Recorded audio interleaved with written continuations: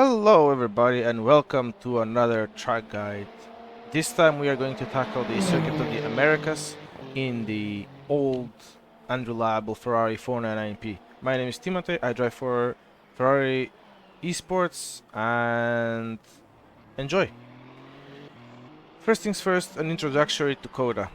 It's a very slow speed circuit in general. It has two big straights, but other than that, the corners are medium to low speed, as you can probably see right now. So most of them are tackled in second gear.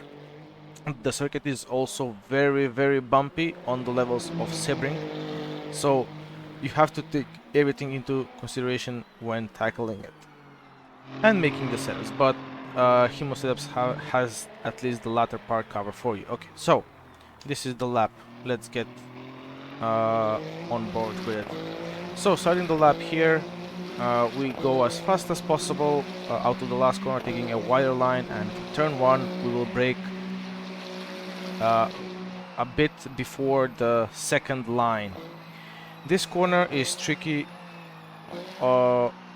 in the fact that it's very wide and you can take very different approaches. You can either, let's zoom out a bit, and if you can see my cursor here, you can either take a shallower line here, or you can take a wider line going front here and have a late apex for a better traction zone. For this lap, we are going to do a somewhere in between sort of approach, where we abuse the slip angle of the car at this precise moment to rotate the car easier and get on the power as soon as possible. As you can see, I'm almost always on the throttle a bit. That is so that the differential at the rear is always working and keeping the wheels locked. If you lift off, all of the weight goes to the front and the differential is not working as intended and you might have slipped. We go as wide as possible here, as much as possible as the track limits allow, and go downhill from here. The elevation change in this circuit is huge, so be wary of that. For turn 2, it's a very easy flat with no traffic, and now we approach the bumpiest and, in my opinion, the most difficult part of the circuit. In the high speed section here, you can you shift up to 6th, and then you have to start thinking about slowing down. It's the most important thing is that you do not be overly aggressive here, because the car will bounce and it will snap. This happens with any car, with any class. So we shift down to 4th, stay off the anti-cuts as much as possible because they will lose you time, and try to carry as much speed as you can. For the first part of the esses, it's fairly easy, but this is the most tricky part. If you have the front right over this curve here, the car will try to snap on you, as you probably will see here. See, that bit of a snap can easily happen, especially on cold or worn tires. But if you get past that, you hug this part and try to keep momentum, but you cannot go full throttle because you will understeer right, and it's right, and you have to keep in mind that the next corner is a pretty sharp left. All of this is especially bumpy, but as we approach this part here, we downshift into 3rd,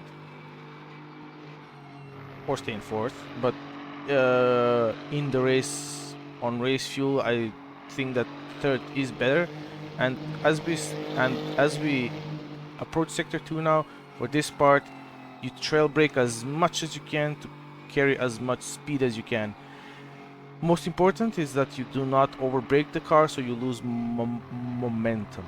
For this part here, you can approach it this way. That's how they do it in real life. Just a small touch on this curb. Anything more than this and the car will destabilize significantly.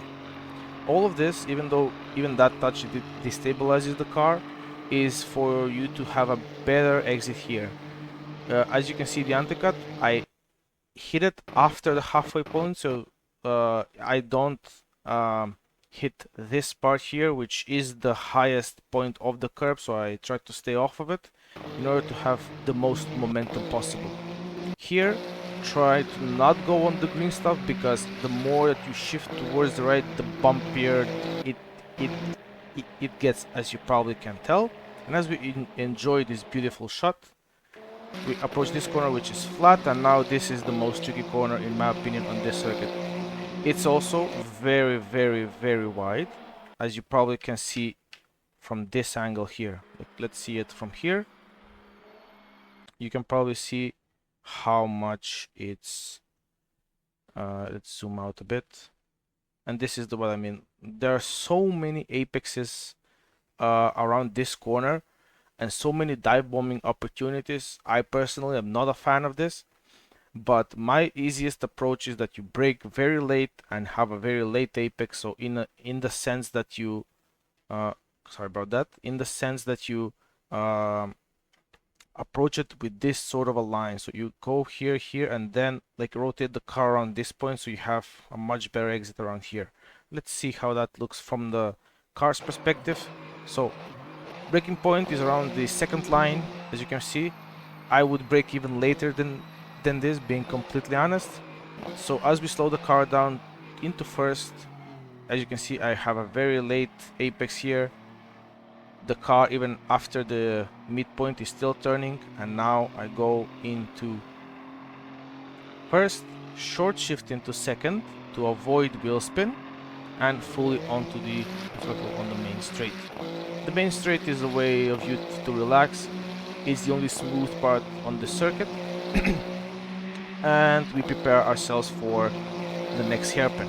We brake at the first Michelin small board and downshift into second gear, and as we brake, it's still the same story. Late apex, avoiding the anti-cut on the inside, and stay between the white lines on exit. You can go a bit wide here, but that's traction limited, so it all depends on the approach. For this corner, brake very early. This line can be used as a reference, but brake earlier than you think and turn in a lot earlier than you think. So as you can see here, I'm already fully turned in and I missed the apex a bit. It's better if you stick it down the if you touch a bit of the anti-cut.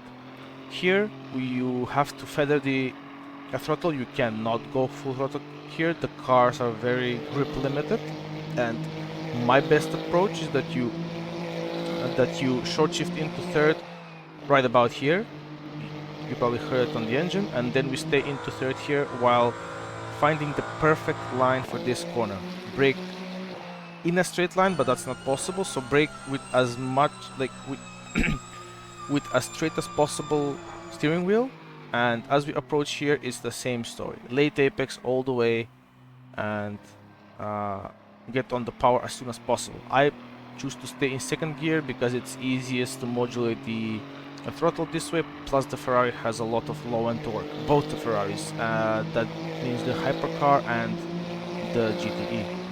Now for this imitation of turn 8 of Istanbul, only mirrored, we stay in fourth here, avoid the first apex, so we are prepared for the second one. Avoid the anti-cuts at all costs, they will destabilize the car, and as we go over the second apex, we are fully on the throttle. And here it's good that you rely on your hybrid if you're in a hypercar. That means that the front wheels engage at a certain speed. On most of them it's 190 kilometers an hour, the speed where I'm at the moment. Only the old Peugeot has it at 150, but for the sake of the argument, let's say 190. And at 190, when the front axle engages, you suddenly have a lot more grip and the rear is a lot more stable. So use that to your advantage. After the hybrid kicks in, go fully onto the throttle as I do here, and you can either ride out forward or short shift a bit into fifth and try to carry as much momentum as possible while staying on the right side of the circuit. For this corner, it's a bit of a tricky spot to brake. I usually brake when the car sort of straightens out, but you don't have a brake marker at all, if I'm being honest with you, and I prefer to stay in fourth gear here. Don't do what I did here. I go on the anti-cut a bit, and that will push the car further towards the right. Stay on the left a bit, so you have a better exit than me that I did here. For the last corner, stay in 4th gear as you approach it, even though the rev limiter is